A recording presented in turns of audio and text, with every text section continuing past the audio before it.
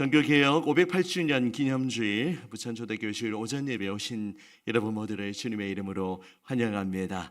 이 시간 예배하는 주의 백성들에게 하나님 우리 아버지와 우리 주 예수 그리스도로 말미암아 은혜와 평강이 여러분의 심령과 모든 삶에 가득히 흘러넘치기를 주의 이름으로 축복합니다. 아멘. 우리 옆에 있는 초대 가족들 믿음으로 선포하겠습니다. 우리 지난주일 설교 말씀 기억하시나요? 이렇게 고백하겠습니다. 풍성한 열매를 맺으세요 라고 인사하겠습니다.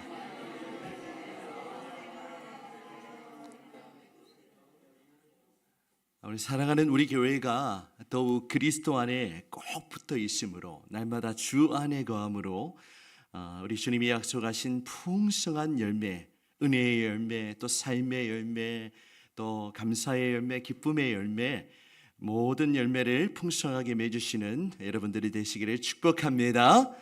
어제 우리 행복바자에 은혜 가운데 잘 마쳤는데 여러분 어떠셨나요? 이렇게 물으면 좋습니다. 대답해야 되겠죠. 어떠셨나요? 네, 여러 가지 또 방해 요소도 있고 또 생각지 못한 상황이 발생하기도 했지만 여러분 지혜롭게 잘 대처하셨고 또 우리가 준비한 모든 것을 풍성하게 나누는 그런 시간이 되어서 얼마나 하나님께 감사한지 모릅니다.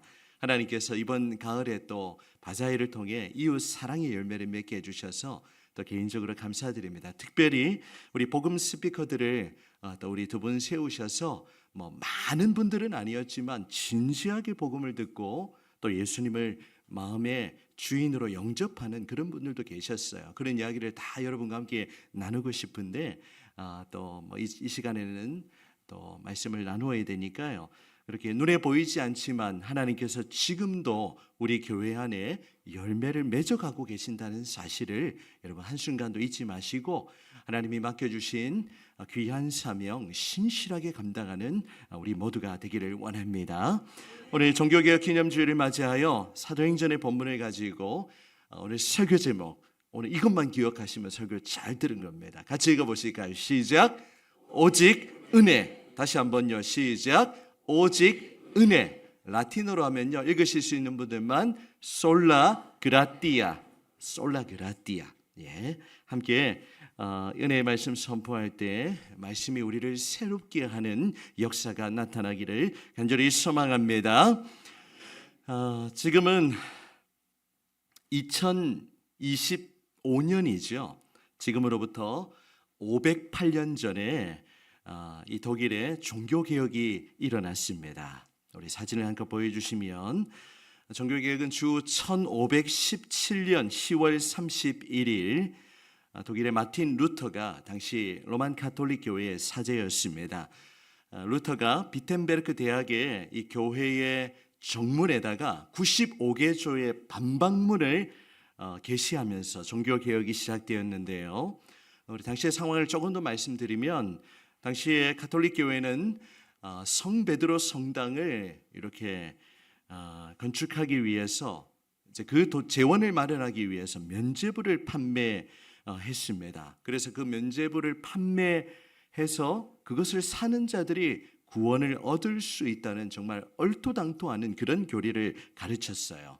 그래서 루터는 이런 로만 가톨릭 교회의 부정부패를 비난하며 구원은 오직 하나님의 은혜로 말미암은 것이지 결코 돈으로 살 수 있는 것이 아니라는 그런 진리를 강력하게 외쳤던 것입니다.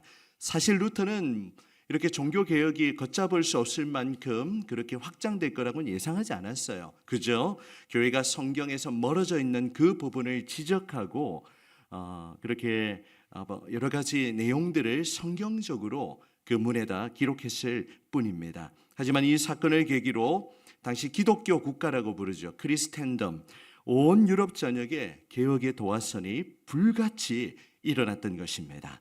루터가 회심을 경험했던 그런 에피소드를 한 가지 말씀드리려고 하는데요. 루터는 종교개혁이 있기 전에 1510년 11월부터 11년 4월까지 소위 말하는 성지순례죠. 순례 여행을 떠나게 되었는데요. 그 코스 중에 하나가 성계단 성당이라는 곳이었습니다. 화면을 보시면 혹시 가보신 분 계신지 모르겠습니다. 이 성계단 성당 스칼라 산타라고 부르는데 지금 이제 이태리의 로마에 있습니다. 그 내부에 보면 저 계단의 이름이 바로 빌라도의 계단입니다. 거룩한 계단이라고 이름을 부르기도 하는데요. 이런 이름을 가진 28계단이 있는데 이 계단은 원래 예루살렘에 있던 거를 로마 제국의 콘스탄틴 황제의 어머니였던 헬레나가 바로 이 계단이 예수님이 재판을 받으시기 위해서 올라가신 계단인데 그 계단을 성스럽게 여겨서 로마로 옮겨다가 또 그곳을 기념하기 위해서 예배당을 지어서 그렇게 보존해 왔다고 전해집니다. 중세의 신자들은 이 순례 여정 가운데 주님의 고난에 동참하는 의미로 그 계단에 유리 조각을 깔아놓고 무릎으로 한 계단씩 그 28계단을 그렇게 올라갔던 거예요. 그때까지만 해도 로만 가톨릭은 이제 사람이 행함으로, 선행으로, 고행으로 구원을 받는다는 그런 가르침을 가르쳤던 겁니다. 루터 역시 그런 가르침을 받아들였고, 그래서 루터가 이곳을 방문하여 이 28계단을 무릎으로 한 계단 한 계단 그렇게 기어서 올라가다가 그 순간 진리의 빛이 루터의 마음속에 찬란하게 비추었습니다. 루터가 당시에 로마서를 연구하고 있었는데요. 루터의 마음 가운데 로마서 1장 17절의 말씀이 이 루터의 그 어두웠던 마음을 환하게 비추어 주었습니다. 사실 루터의 마음에는 온갖 고뇌와 그런 여러 가지 압박으로 가득했어요. 여전히 무언가 자신의 행위를 통하여 구원받을 수 있다는 그런 마음을 가지고 있으니까 어떻게 해도 참된 자유함이 없는 겁니다. 그런데 하나님께서 루터의 마음속에 진리의 빛을 비추어 주었죠. 로마서 1장 17절의 말씀 같이 한번 읽어보실까요? 시작. 복음에는 하나님의 의가 나타나서 믿음으로 믿음에 이르게 하라니 기록된 바 오직 의인은 믿음으로 말미암아 살리라 함과 같으니라. 아멘. 이 말씀이 루터의 마음에 정광석화처럼 그렇게 떠올랐던 겁니다. 하박국 선지자의 말씀을 인용한 구절이죠. 여러분, 루터는 이 말씀이 떠오르면서 그의 마음이 너무나 뜨거워졌고 더 이상 계단을 올라가지 않고 그 자리에서 벌떡 일어났어요. 그리고 기어 올라갔던 그 계단을 걸어서 내려오고 말았습니다. 그때 루터는 이런 고백을 했어요. 나는 그때 천국문이 환하게 열리는 것을 보았노라. 그런 깨달음을 얻게 되었습니다. 루터는 오직 은혜라는 이 성경의 진리를 깨닫고 복음 안에서 참된 자유를 누리게 되었던 거예요. 오직 은혜로 구원받는 것, 이것을 깨달으니까요, 그 당시에 이 로만 가톨릭 교회가 얼마나 성경에서 멀어져 있었던지 그것을 이제 반박하지 않고는 견딜 수가 없었던 겁니다. 여러분, 그렇습니다.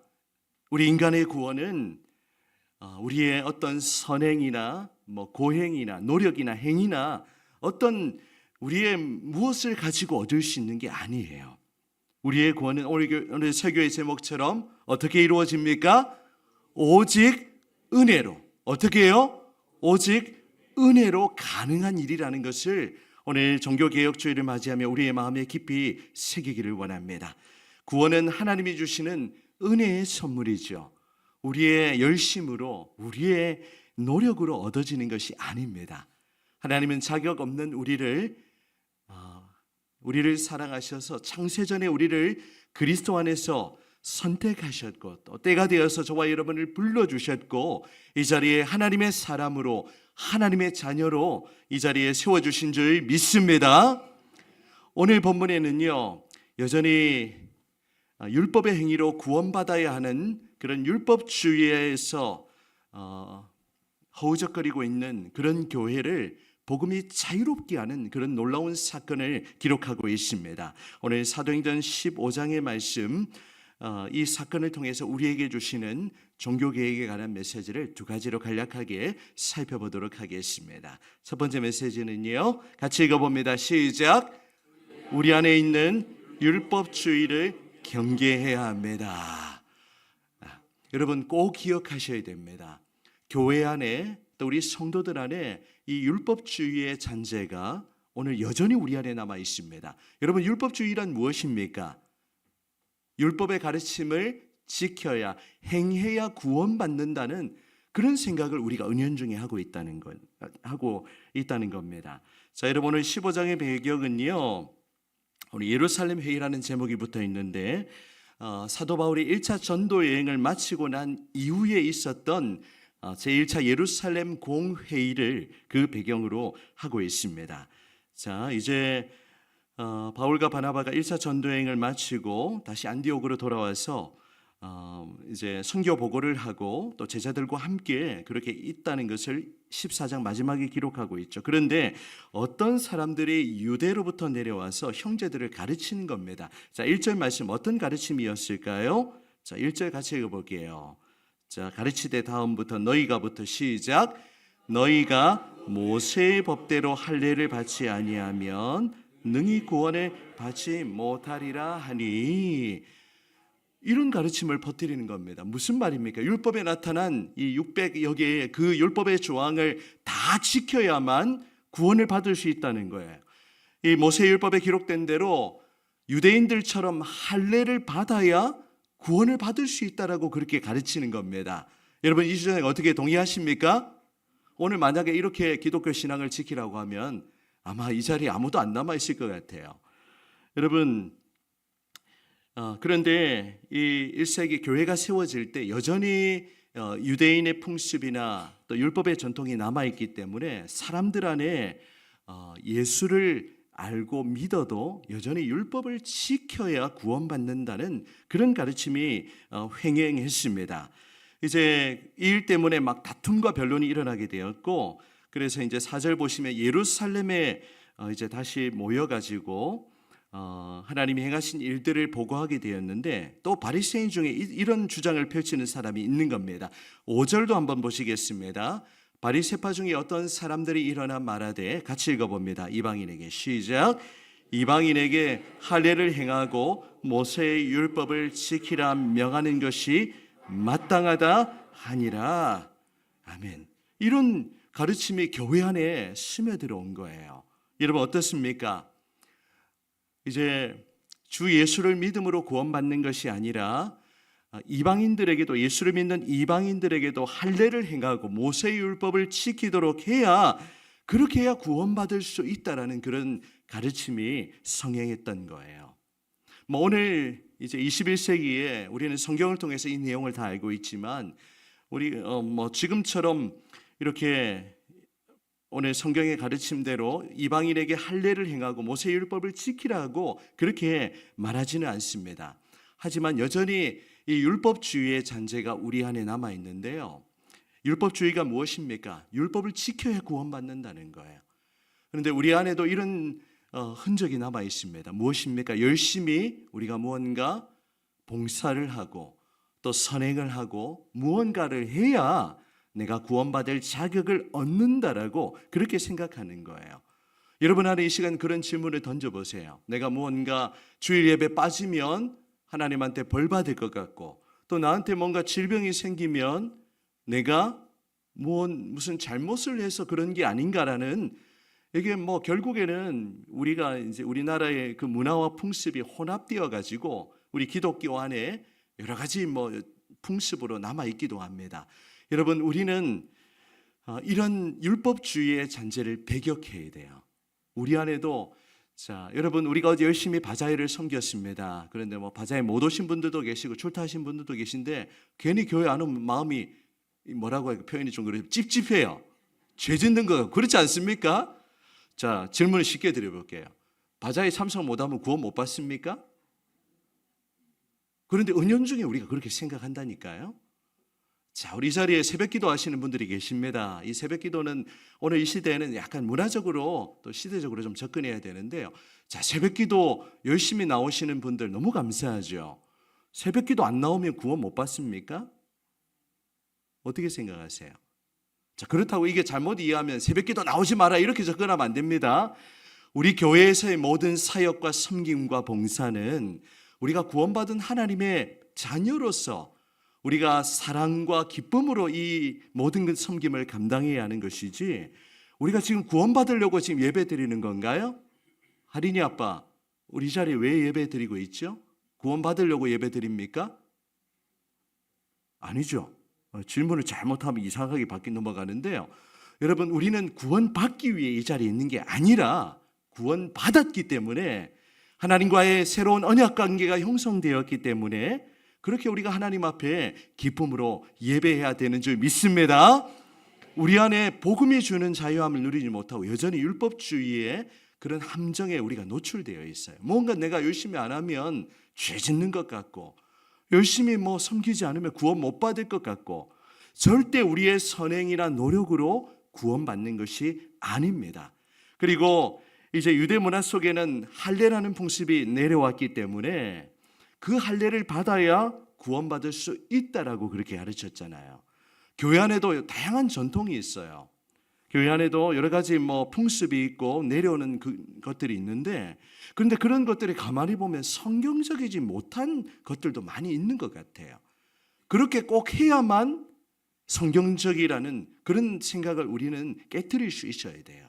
하나님이 기뻐하시지 않는 모습이고, 그것이 누군가에게 불편함을 주고 공동체에 어려움을 주는 일이라면 그것이 과연 성경적인지 우리는 잘 헤아려 볼 수 있어야 하는 것입니다. 여러분, 첫 번째 오늘 여러분과 나누고 싶은 메시지 무엇입니까? 우리가 결코 율법의 행위로는 구원받을 수 있는 것이 아니다. 그렇다고 해서 율법의 우리가 가르침을 그러면 필요 없다고 배격해야 됩니까? 결코 아니죠. 우리가 십계명을 따르고 순종하는 것은 하나님의 백성이 되었기 때문에 마땅히 하나님을 사랑하는 마음으로 우리가 율법을 지키고 율법의 말씀을 지키고 또 하나님을 사랑하고 이웃을 사랑하는 그러한 삶을 살아가야 하는 줄 믿습니다. 특별히 교회 안에요, 여러 가지 문화들이 있는데 교회 안에 기득권 다툼이 굉장히 많이 일어납니다. 무슨 말이냐면, 이제 우리 교회는 그래도 그런 분위기가 아니라서 너무 감사해요. 여러분, 어떤 교회는요, 피아노를 구입했는데 그 피아노를 오른쪽에 놓을지 왼쪽에 놓을지 그것 갖고 싸우다가 교회가 반쪽 났습니다. 실제로 그런 일이 있어요. 여러분, 피아노 여기 놔도 되고 저기 놔도 되지 않습니까? 네, 내 생각 가지고 여기 놓는 것이 성경적이라고 주장해서는 안 되는 거예요. 여러분, 미국의 교회 가운데 개신교단 중에 형제교회 브레덴처치라는 그런 교단이 있는데, 이 교회는 성찬식과 함께 세족식을 거행한다고 합니다. 그런데 이제 이 교단의 어떤 교회가 세족식을 진행하면서 목사님이 습관적으로 이 교인의 왼발을 먼저 씻어 주었어요. 그런데 세족식이 끝난 다음에 한 집사님이 목사님에게 이렇게 말했습니다. 목사님, 왜 왼발을 먼저 씻습니까? 오른발 먼저 씻으면 좋지 않습니까? 라고 그렇게 이야기를 한 거예요. 성경에 오른발 먼저 씻으라고 나온 것도 아닌데 성경에도 없는 사실을 가지고 이 목사에게 이야기하는 것을 이해할 수가 없었습니다. 그래서 목사님은 어느 발을 먼저 씻든 무슨 상관이 있겠는가 하고 다음 세족식 할 때도 어느 발 먼저 씻었을까요? 왼발 먼저 씻었습니다.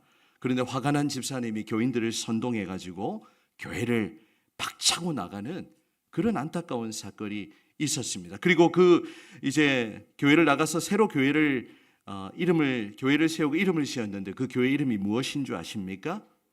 오른발 교회, Right Foot Church. 실제 그런 일이 있다니까요. 우리가 교회 안에 이런 일 갖고 싸우고 정말 본질적인 거 가지고 싸우는 분 아무도 없는 것 같아요. 우리의 구원이 누구로 인해서 가능한 건가? 여러분, 오늘 우리가 이 종교개혁주의를 맞이하며 우리 안에 율법주의의 잔재, 특별히 유교의 영향 굉장히 많습니다.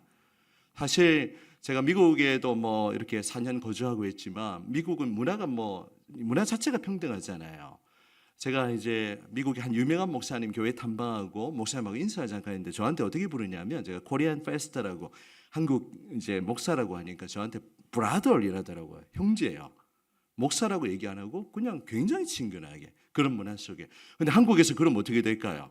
제가 이름 있는 목사님한테 브라더 이러면 어떻게 될까요? 큰일 나, 목회 못합니다. 그러면 이런 우리가 관습을 마치 성경으로 착각하는, 또 이 오늘 유대인들처럼 할례를 받아야 구원받는다는 이런 율법주의에서 우리가 벗어나야 됩니다. 율법주의에 우리가 갇혀 있으면 늘 우리 안에 정죄함이 있어요.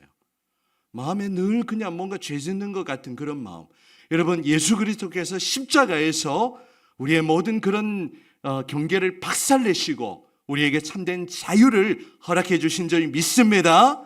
그래서 오늘 두 번째 메시지를 나누면요, 같이 읽어봅니다. 시작. 오직 은혜의 신앙으로 무장해야 합니다. 다시 한번요. 시작. 오직 은혜의 신앙으로 무장해야 합니다. 종교개혁의 핵심 가치가 바로 이거예요. 오직 은혜의 교리는 이 기독교 신앙, 성경의 가르침 그 자체입니다. 여러분, 저희 아내 이름이 뭐죠? 김장은 너무 잘 알고 계신데, 유은입니다. 그 뜻은 오직 유자의 은혜은자. 제가 여러 번 말씀드렸을 거예요. 오직 은혜이죠. 목회를 하셨던 장인어른이 자녀들의 이름을 그렇게 다 이 종교개혁의 5가지 핵심 가치로 이름을 지으셨습니다. 우리 5가지 오직이라는 종교개혁의 가치가 있는데요, 한번 보여주시면 라틴어로는 five sola, 5가지 오직이라고 표현합니다. 우리 같이 한번 이 5가지를 마음에 기억하면 좋겠어요. 시작. 오직 성경, 오직 은혜, 오직 믿음, 오직 그리스도, 오직 하나님께 영광.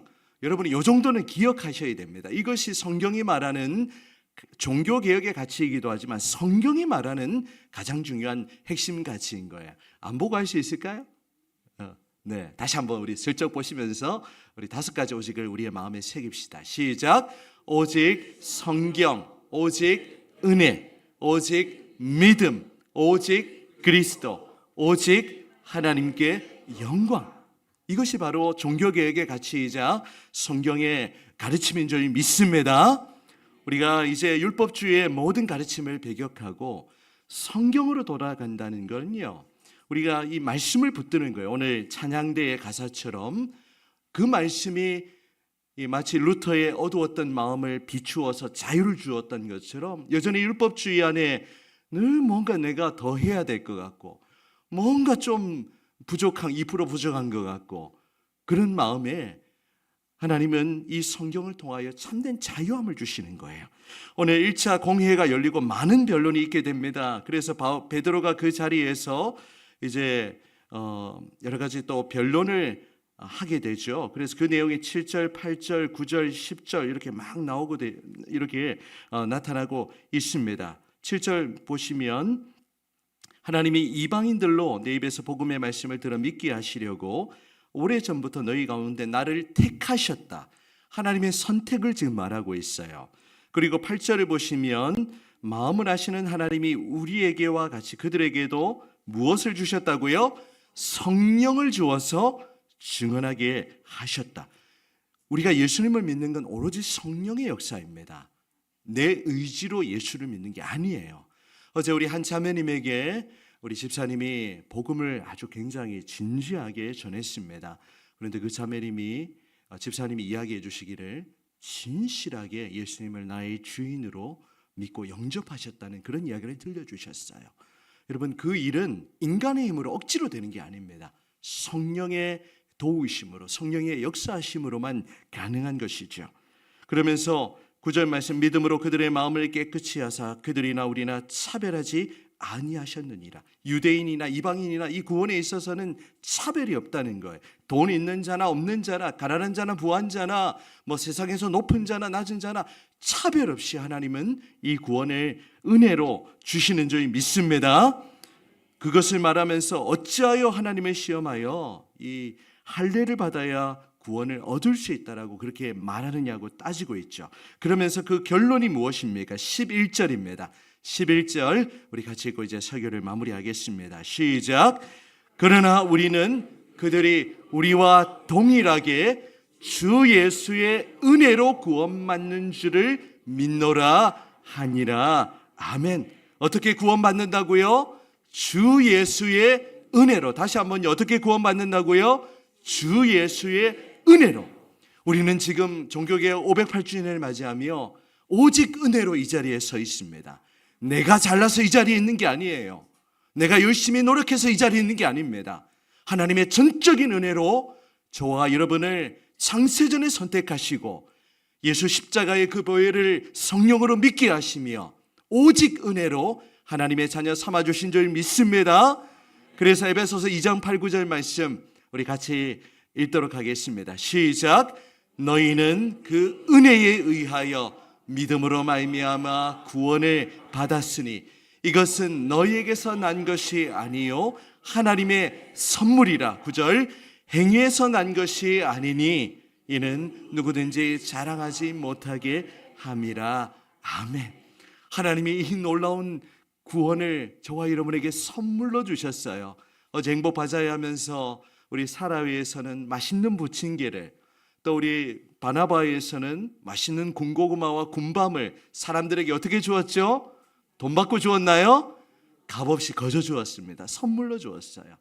그 선물과는 비교할 수 없는 우리를 억만 죄악으로부터 구원하시고 살려주신 것, 우리에게 새 생명을 주신 것, 이것만큼 감사해야 될 일이 어디에 있겠습니까? 오늘 종교개혁 기념주일, 그래서 우리는 은혜로 구원받았고 우리의 삶도 어떻게 살아가야 됩니까?